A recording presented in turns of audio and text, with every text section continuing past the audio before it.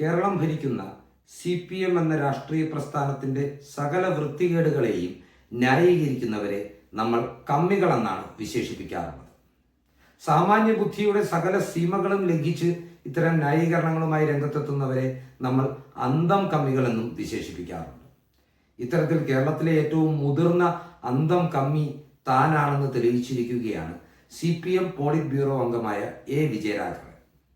ഒരു PWD road അടച്ചുകെട്ടി party സമ്മേളനം നടത്തിയപ്പോൾ അത് ഹൈക്കോടതി ചോദ്യം ചെയ്തതും അതിനെതിരെ കേസെടുത്തതുമാണ് പാർട്ടിയിലെ പോളിറ്റ് ബ്യൂറോ മെമ്പറെ പ്രകോപിപ്പിച്ചിരിക്കുന്നത്.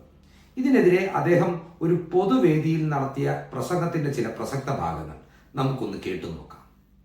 എന്തൊരു ട്രാഫിക് ജാം, അല്ലെങ്കിൽ ഇവിടെ ട്രാഫിക് ജാം ഉണ്ടായില്ലേ? ഇപ്പൊ ഇന്നിവിടെ ഒരു ട്രാഫിക് ജാം ഉണ്ട് നമ്മളെ പൊതുയോഗത്തിൽ നിന്ന്. അല്ലെങ്കിൽ കേച്ചേരിയിൽ ട്രാഫിക് ജാം എന്ത് ഞാൻ അതിലെ പോകണ്ടേ? ഞാൻ ഇടയ്ക്കാണല്ലോ.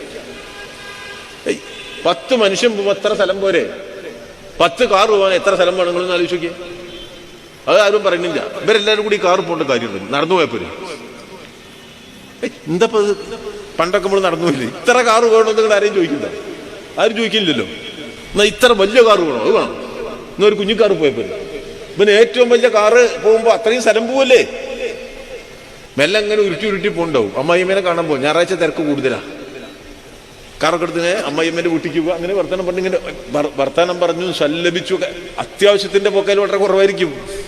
എന്നല്ലെങ്കിൽ നാളെ ഈ നാടിനെ വിമോചിപ്പിക്കും എന്ന ആത്മവിശ്വാസത്തിന്റെ അടയാളമാണ് കമ്മ്യൂണിസ്റ്റുകാരുടെ കൂട്ടായ്മകൾ. അതാണത്. ആശയ രാഷ്ട്രീയ സംവാദമുണ്ട്.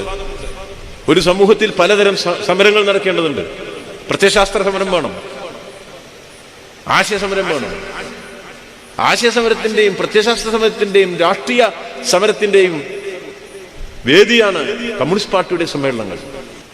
അപ്പോ കാറുള്ളോൻ കാറ് പോകുന്നത് പോലെ തന്നെ പാവങ്ങൾക്ക് ഒരു ജാഥ നടത്താനുള്ള സ്വാതന്ത്ര്യം അനുഭവിച്ചു തരണമെന്ന് വളരെ വിനയപൂർവ്വം ഞാൻ അഭ്യർത്ഥിക്കുകയാണ്. വിജയരാഘവൻ ചില്ലറ പുള്ളിയൊന്നുമല്ല, മുൻ രാജ്യസഭാ അംഗമാണ്. കേരളത്തിലെ കമ്മ്യൂണിസ്റ്റ് പാർട്ടിയുടെ ഏറ്റവും മുതിർന്ന നേതാക്കളിൽ ഒരാളാണ്.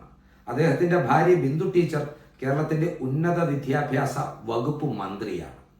ഇവിടെ എല്ലാ ഭാഗങ്ങളിലും, ലോകത്തിന്റെ എല്ലാ ഭാഗങ്ങളിലും പരാജയപ്പെട്ട കമ്മ്യൂണിസം എന്ന പ്രത്യയശാസ്ത്രം കേരളത്തിൽ ഇപ്പോൾ തുടർ ഭരണം നേടിയതിന്റെ അപകടങ്ങളാണ് നാം കണ്ടുകൊണ്ടിരിക്കുന്നത്. കമ്മ്യൂണിസം കേരളത്തിൽ നിലനിൽക്കുവാനും വളരാനുമുള്ള കാരണം കമ്മ്യൂണിസ്റ്റുകാരല്ല, നേരെ മറിച്ച് അവരെ എതിർത്തു തോൽപ്പിക്കുവാൻ ഉത്തരവാദിത്തപ്പെട്ട BJPക്കാരും കോൺഗ്രസ്സുകാരുമാണ് എന്ന് പറയേണ്ടിയിരിക്കുന്നു.